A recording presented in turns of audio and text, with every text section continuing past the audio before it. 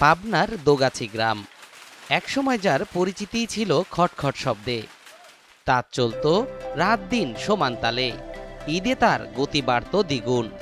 তবে এখন উল্টো চিত্র, আসছে ঈদ তবুও শুনশান পুরো গ্রাম। তাঁতিদের গ্রাম হলেও এখন গ্রামের বেশিরভাগ তাঁতি বন্ধ।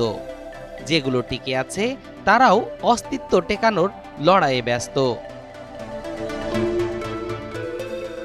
প্রয়োজনীয় কাঁচামাল, রং, সুতা ও রাসায়নিকের দাম বেড়েছে, তবে এ থেকে তৈরি কাপড়ের দাম বাড়েনি। এতেই এখন মুখ থুবড়ে পড়ছে পাবনার তাঁত শিল্প। দোগাছি গ্রামও সেটির জানান দিচ্ছে। আগে লুঙ্গি বেচতাম ধরেন যে 1600-1700 টাকা থান, সেই লুঙ্গি এখন হচ্ছে 1300 টাকা থান বেচে। আট করতাম 3-4 ডে, এখন আর সে আট মাঠ অত নাই, 2 আট আছে, 2 আটাই কিলো আর 7-8 হাট করি। রং সুতার দাম বেশি, কাপড়ের দাম নাই, লিভারের মজুরি বেশি, লিভার পাওয়া যায় না। দোগাছি ইউনিয়নের পশ্চিম পাড়ার মিজান, একসময় তার 32টি তাঁত ছিল, ব্যবসাও ছিল ভালো। চুল পড়া অনেক কমে গেছে, থ্যাংক ইউ মা। চুলের ভিটামিন জুই মাল্টিভিটামিন কোকোনাট অয়েল। তবে এখন তার তাঁতের সংখ্যা মাত্র 12টি, বাকিগুলো বন্ধের পথে। মনে করেন যে আগে তাঁত চালাতাম 32টা, সেই তো এখন চলে আসে 12টা। সরকারের কাছে ঋণ নিছি, এমনি আরও ব্যবসা বাণিজ্য অবস্থা ভালো না খারাপ, এই জন্যই মনে করেন যে আরও ক্ষতিগ্রস্তের ভিতরে বেশি হয়ে যাচ্ছে। তাঁতকুটির মতো চালানোর মতো কোনো ব্যবস্থা নাই।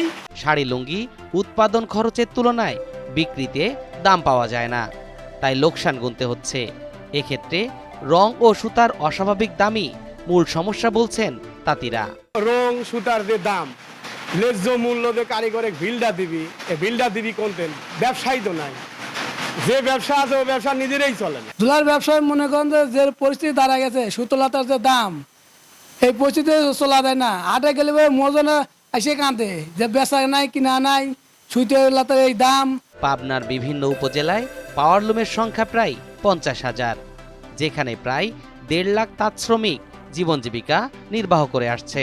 এ শিল্প রক্ষায় কাঁচামালের দাম কমানোর পাশাপাশি স্বল্প সুদে ঋণ প্রয়োজন। আমার সরকার বাহাদুরের কাছে আমার সবিনয় দৃষ্টি যে যা কিছুই হোক এই তাঁতিদের নামে যদি সুষ্ঠু বন্টন হয়, তাহলে পরে তাঁত শিল্পটা আবার ঘুরে আসবে।